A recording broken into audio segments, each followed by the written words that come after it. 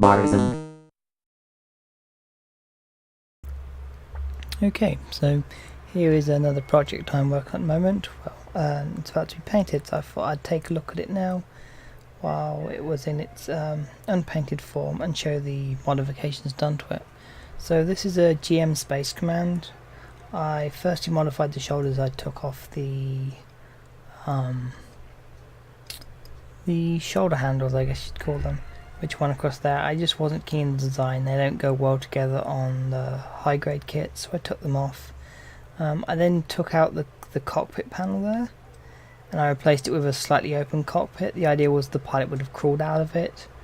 It wasn't properly all the way open, even though technically the series itself needs to slide up out of the way, so this isn't real, but it works for the diorama better. Next up we have the joints here, which is a nice little mod you can do. Is with this, you can see the inside of there has a round peg. If you cut the bottom off there, you can then push that on once they're both painted, which means this and this can be painted separately. It's a really nice mod to do. So that arm got that. It's obviously not going to appear on the final diorama, but it's a nice little way to make things a bit easier. And we have a punch shield from the HGUC one, and you see the hand grips it nicely there. I had to modify the shield. Originally the handle goes up here or here, and I filled in the hole there, and I drilled another hole here and inserted the handle there so we could grip it better, which gives it a much more organic pose, I think. Let's twist. It's not sounding good. Twist it a little. It's laying back there with the shield still in its grip, but not really holding it tight.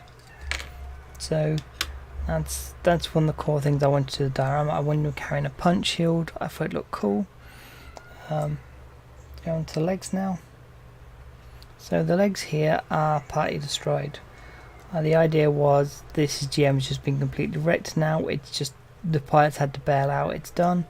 And so I took out the bottom of the feet, and I replaced it with some details. This is just plastic tubing, some copper wire, and this is parts from the additional hand detail kits you can get. They have really nice detail and they fit really well in here for this kind of additional detail. They just work really well for this kind of thing, and I think that actually turned out quite well, and I'm happy with how that turned out. On this side for the other leg, I broke off the bottom of the joint, then used plasticard and copper wiring again to build up a broken leg section, and that's just going to dangle there like it's done damage to the knee.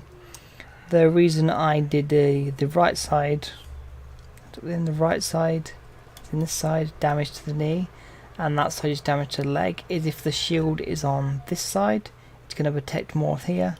So the shield sort of covering there, it covers more of the leg, whereas this side's uncovered. That's time to fight on its own.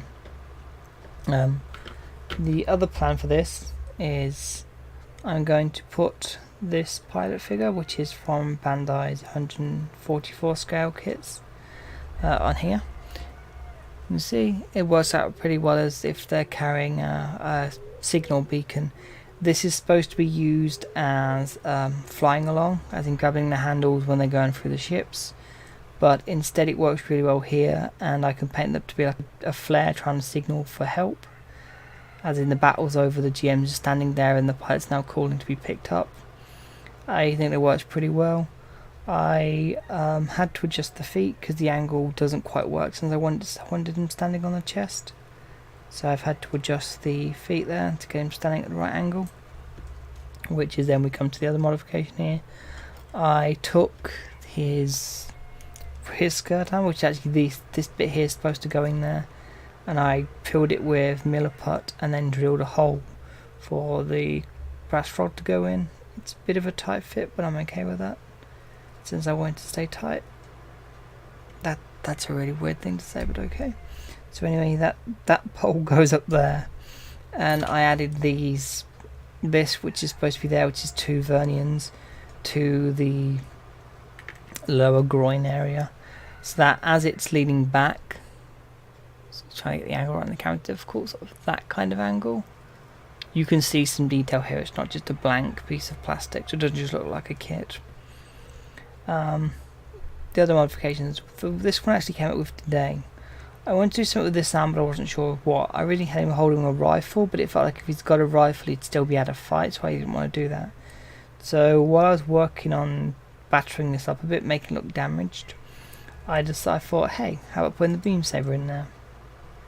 The idea is this GM's been so wrecked but still wanted to fight on, so rather than just discarding its beam saber because they no longer have a hand to use it with the shield, instead just straps into the destroyed area, and that's how it's going to fight on for a while. There is some articulation here, so I could get kind of a forward positioning, but I kind of like it facing sideways. I had thought originally of putting it in there, as in using some plastic tubing to build a extension point, the way Heavy Arms does for Heroes Fight with Zex, but to me that doesn't look right. It kind of looks a bit stunted. Like if you've got a point there where it's already built in, it means it's designed to use that way, which isn't the story I'm looking to tell in this diorama.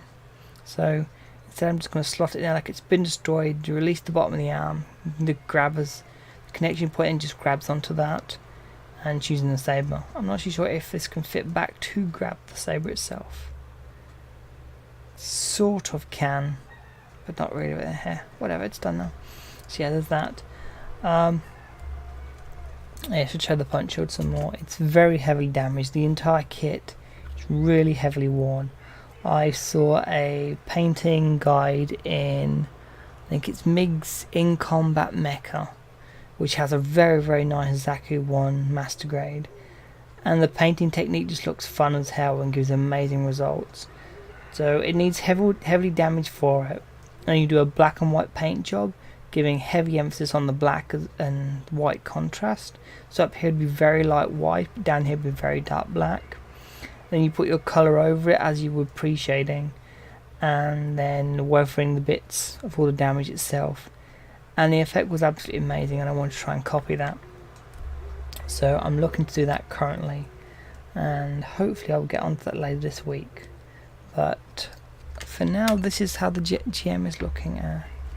The base itself is just a large resin block. I can't remember where I got it from now, but I can put it in the description or reply to comments anyone interested. But it's slightly too tall currently.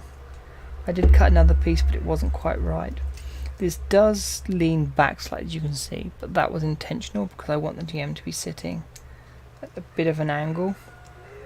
So it's not just a straight, it's sitting there, but it looked like it's actually kind of floating in space a bit. So that's what I'm currently working on, along with a diorama of a Gundam ground type, which is right here. But I worked on this for about a year on and off, because I wasn't able to sit down and do modelling like I probably would. So I'd take a bit and I'd damage it up and rough it up a bit here and kind of sneakily carry on doing stuff while I was supposed to be resting. And now we've got to the end result where it needs painting. And I'm happy with everything so far. I'm happy the way this is going. I have somewhere some small 144 scale pilot figures here, and they are not difficult to paint, but they can be quite challenging to get the detail to come out on them because they are so small. And I've been practicing on that. It's got a mechanic there, Xeon pilot, and then a guy in camo who may end up in a diorama in the near future. But that's what I've been working on at the moment, and that's to work towards this. It's always a good idea to start testing things on pieces which don't matter, so that when I paint this little guy up, I'll have the experience in painting these guys and I can get him just right, rather than doing it as a test piece on the diorama. But that's it for now. Thanks for watching, and hopefully there'll be an update with some more in the future.